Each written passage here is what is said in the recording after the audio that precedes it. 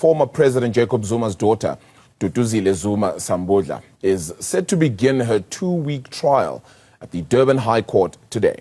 The Umkhonto Wesizwe Member of Parliament is accused of incitement to commit public violence and terrorism relating to her tweets during the July 2021 unrest. Now, she reposted several images and videos on Twitter, later to be known as X, at the time with the caption, "We see you," which the state argues would have further influenced the ongoing public violence. For more on this, let's head to Newsroom Africa's Karinda Yagmohan, who is at the Durban High Court this morning. It's a case that is 4 years in the making. Good morning, Karinda.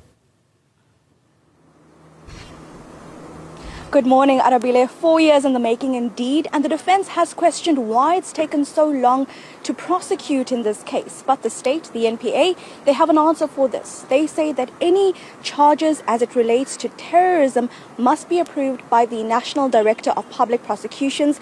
And they say that this case specifically was actually deliberated upon by at least 12 senior state prosecutors. Now, what's going to be tested over the next 2 weeks, is the right to freedom of expression and the limitations thereof. On one side, Zuma-Sambudla says that she was simply outraged when her father was incarcerated and she took to social media to vent her frustration. But on the other side, the state says that there's a limitation to freedom of expression given the context of the situation at the time, the context of who Zuma-Sambudla is and the influence that she might have.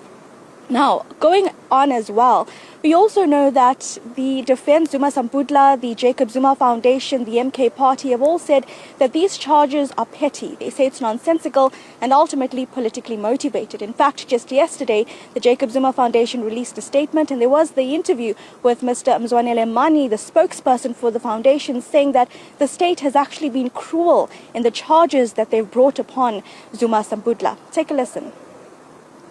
We are taking a dim view of the weaponization of the state apparatus to persecute President Zuma and his family. And we are saying the state is very cruel that they have now gone to his children to make sure that they weaken President Zuma psychologically as well. So we're saying it's a very cruel thing by the state, and we're calling on them to stop because there is enough happening with the drug cartels in this country.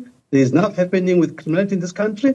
They cannot spend time with a young person like that and trying to weaponize and criminalize a simple thing of "we see you." All of a sudden that has become crime. It must be embarrassing even for those prosecutors to be trying to make a case out of such a nonsensical thing. Well, indeed, there you have it. Of course, Zuma-Sambudla maintains the innocence, saying that she was angry at the time and that she had no influence over what was actually happening.